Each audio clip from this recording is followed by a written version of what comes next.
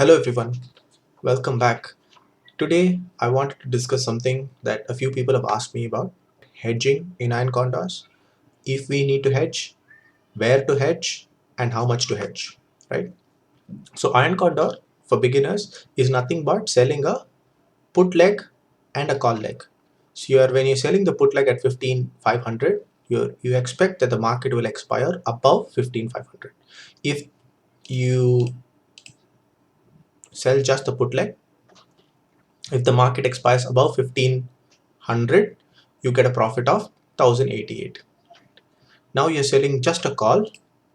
If you sell a call of 15950, you're expecting the market to expire below 15950. If so, you will get a profit of 855. When you combine both the put and the call, you're expecting the market to stay between 15500 and 15950. If it does so at expiry, then you will get a profit of 1943, right? So this is nothing but a strangle.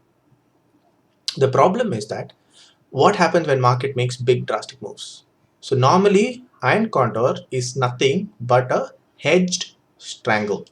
You buy further OTM puts and calls to make sure that your strangle is not naked, right? So this will offer a few advantages, but I want to discuss about what and if you need to hedge and how much to hedge, right? Okay, so let's get right to it and then see what the best way to hedge is. Okay, why should we hedge? The biggest advantage of hedging is to make sure that we are not naked in terms of an overnight gap up or gap down. Okay, so for example, on April 12th, you can see the market closed about 14,850. Next day, on Monday morning, there is the second wave of corona and the market opened at 14,650. And within the next half an hour, the market went down drastically to 14,400. Right? The problem now is if you had sold a put option somewhere at 14,600, the put option would be in so much loss. Even if you had closed it in the first 15-20 minutes, because of the volatility increase, the put option you would have gotten a big loss. Okay, so overnight gaps, it helps, right? And it's a fixed loss, like you see here. Here for this iron condor, the fixed loss is 20,000. Let's say you start with 1 lakh of capital, right? Whatever happens in this week, you will not lose more than 21,000. This is a very rare case, right? Very rarely black swan events, etc., come maybe once in 2-3 years, or like big gap downs happen once in a year. So even if that is the case, you will lose only 20,000. Okay, so if you have a capital of 1 lakh, you can survive 5 such big overnight gap downs or gap ups. By then you would have also made some profits on the other days. Okay, so that is the primary way in which hedges help us. Capital is not entirely wiped out. This also gives time for adjustments, or you can wait for market recovery. Okay, so if you take an example of 21st of June, this is the 5-minute candle. So the market closed the previous day on 15,730, right? But next day it opened at 15,520. It's about 250 point gap down. The volatility would have increased terribly. Now, compared to the previous example, if let's say you had closed your put option at a big loss, right? The market gradually recovers. The problem in having a naked put sell is that there is no place to adjust. If it's in a loss, you have to either take the loss, or you can pull your put down, etc., but you still have very little space for adjustments. So on 21st June, right, as an example, you can see here the market the previous day it closed on 15,730. The next day it gapped down, opened at 15,520. There was a big 200 point gap down. The volatility would have increased considerably. But if you had a naked put option, right, you don't know if the market is going to fall even more. So a lot of people would have closed their put option here. But if you had a hedge and if you kept it open, market eventually recovered to actually top the previous day closing high. So if there are market recoveries, you can hold on to your iron condor even at when the iron condor is in a bit of a loss, because you know that there is only a fixed loss. Okay, the biggest advantage of course is mental sanity. You can sleep knowing that your whatever loss is limited and your capital is not entirely wiped out. And the last one that I want to talk about is margin benefit. Of course, if let's say you have an unhedged position, okay, unhedged position, in this case, you will get a profit of 1943. Let's take a look. 1943 is your profit. Margin is 1,32,000. 1,32,000. If I convert it to percentage return, this gives a return of 1.47%, right? If it is unhedged. If it is hedged, right, my max profit does come down, which is 15,534. 534 by margin required is only now 39,000, 39,029. Now the rate of return is about 4%, 3.9%. So there is a big margin benefit in doing hedged positions. So that is one very big advantage for doing hedged positions. But everything is great for hedge, right? But that's not so. There are some disadvantages. One thing is a lot of us trade in Zerodha, which means we need a full margin if you are trading in Zerodha. So for example, this is 15,500 option. If I sell it, although my entire Iron Condor only needs 40,000, that is, I will need more than that in my account to first do the sell leg. I need at least 80,000 to do the sell leg. Okay, so that is one disadvantage if you want to do hedging.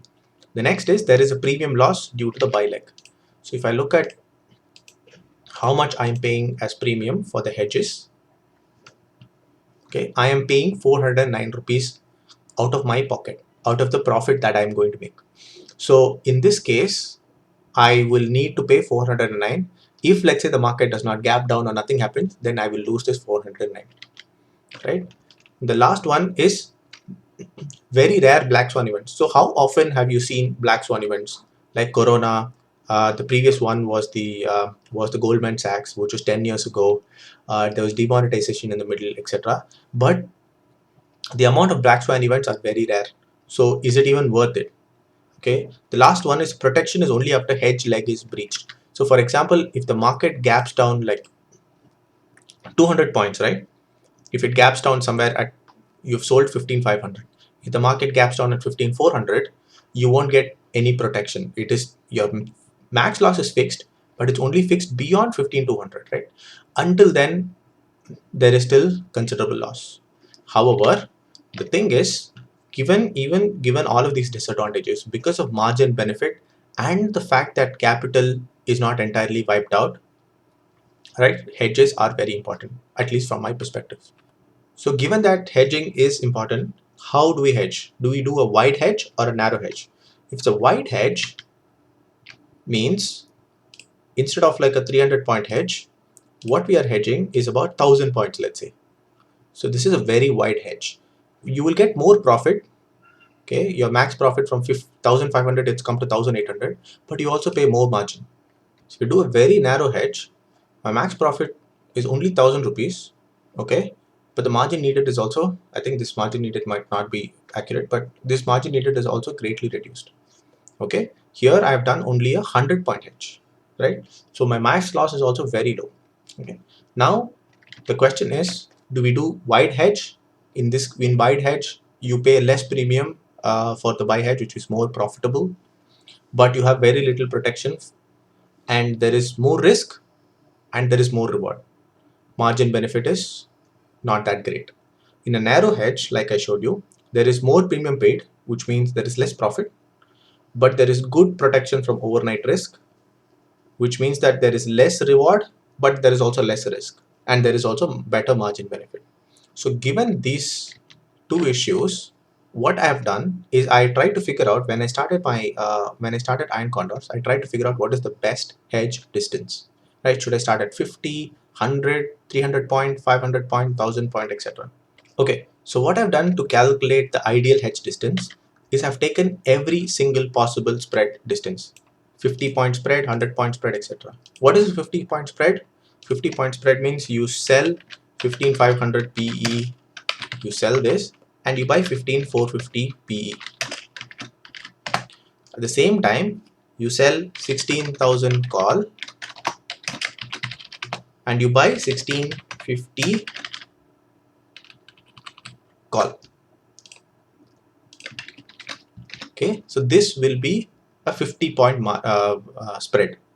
Okay, so what I've done is I've taken for quantity of 750, which is 10 lots, I've calculated the premium and margin required at every spread distance. 50, if I do this kind of a 50 spread, I get a premium of 4650. The margin required for that is 4,67,000, which makes this premium over margin 4,650 for 4,67,000 is around 1% return. And one more thing to consider is max loss, of course, which is 32,850. This is, remember, for quantity is 750, which is 10 lots. So if you want for one lot, you can divide this, but the percent ROI will remain the same. Okay, so I calculated for every spread distance what is my percent return and what the max loss is, right?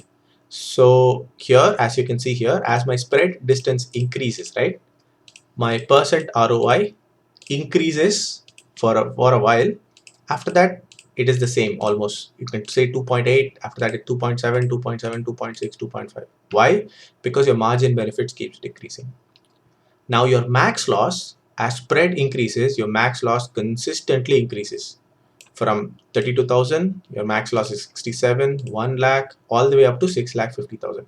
And if it's a strangle, which is there is no hedge, then your max loss is unlimited, right? So if it's good, but it's not very clear as is. So what I've done is I've plotted this. Okay, so ideal hedge distance is I've taken what is return on investment, as I showed you, and margin required, and primarily max loss. So if I plot it, right, just take a look at the green curve for me for now.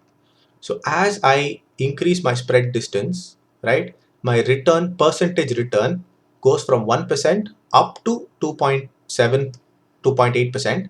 After that, it is flat and it reduces, right? It just like flat, and after that it reduces. But my max loss, which is the red one, as my spread distance increases, my max loss continuously keeps increasing. Okay, so when a black swan event happens, the wider the spread, the more loss I make. Okay, now if I think about it, right, what do you think is the ideal point? The highest return on investment is about 300 point spread distance. Above that, the percent return is the same. It's almost the same, 2.8%, 2.8%. But my max loss from 2 lakhs, it goes up to about 3 lakhs. So that is why I always use a 300 point hedge whenever I make my iron condors. Okay, I'll repeat once again. As my spread distance increases, my percent return increases. Why? Because I pay less cost to hedge. But as I have more and more hedge distance, okay, my loss also increases. So I'm looking for a point in the middle where I have to compromise on my max loss while also getting a good return on investment. Okay, which is something 300 points works great for me. So for as we start out for beginners, I would suggest you keep maybe a 100 point or a 200 point hedge so that your max loss is also quite low. Over time, when you have more and more experience, you can always shift closer towards a 300 point hedge. Why? The tighter hedge means you don't have to worry so much. Your adjustments are also a little bit easier. Okay, and whatever happens, your max loss is quite controlled. So again, this is for 750 quantity, which is 10 lots. So if you want, rate of interest is the same. If you want max loss for one lot, just divide this by 10. So the max loss for 150 point hedge will be only 10,000. Okay, so yeah, that is why I always use a 300 point hedge. If I do the 300 point hedge, this is how my iron condor looks. So my rate of return and my max loss and my premium is sort of balanced from my perspective. Okay. All right. I hope this was useful to you guys. If you have any questions, again, please feel free to comment. I can help out as much as I can. All right. Thank you everyone for watching. Happy trading and good luck. Bye.